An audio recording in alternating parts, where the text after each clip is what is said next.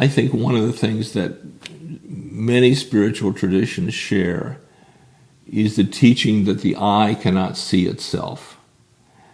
And so in order for us to make even the individual spiritual growth that we desire, it's necessary to have some other eyes than ours looking at us objectively and telling us truthfully what they see or what they don't see.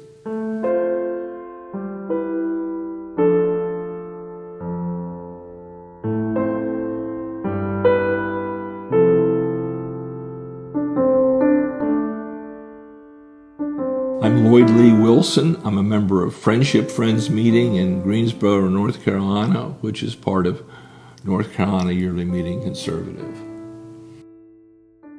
It is, I think, impossible to get the full benefit of any faith tradition without immersing oneself in it. I believe, like the Sufis, that where thee digs thy well and where I dig my well may be on different creeks, but they come from the same living water and they flow to the same ocean. I feel that there are, in fact, many paths to God, but they are distinct paths. And that if one is intent on making that journey, the best way there is to follow the path of the faith tradition that he has chosen.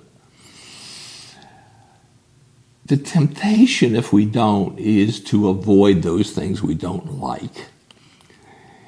If we begin to treat our spiritual growth as a buffet or a salad bar, we're only human. We take more than we need of the stuff we really like, and we shy away from the stuff that doesn't taste good or that gave us heartburn. But it's the nature of the faith journey that it is often those things that we don't like the taste of that are making the growth in us that we need in order to go forward. We live in an age of rampant individualism. It's all around us. We breathe it in with every breath. And I think that one of the hardest things about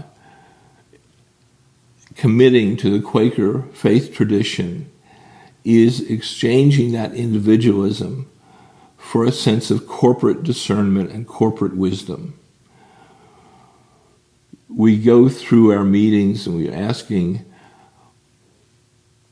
my meeting is not giving me the things I think I want for my spiritual journey. It's a question I hear all the time. But I think the real question, the question that will help us more, is to ask, how can I be the member my meeting needs me to be in order to do the spiritual work God has given it to do? So to make that switch, first of all, requires a great deal of courage to give up the fact that I'm going to be my own defense here. I'm going to look out for myself and be responsible for my own spiritual journey. And it takes a lot of trust to feel safe and secure, to feel that, yes, these people are seeking to discern God's will just as I am, that together we can discern it better, and I have nothing to fear. That's very hard, very hard. Quakerism has not been a perfect journey for me. I have never sat down in a perfect Quaker meeting and never expect to. But even those difficult places are places where we grow, and we grow as a community. So that's the concept I've been trying to articulate in my writings and in my talkings about Quakerism, is that it's not a salad bar situation, is that you have to step inside the tradition, commit to the tradition, commit to something larger than yourself. And then you begin to understand, oh, okay, this is the part of the tradition that's real for me. I can take this in.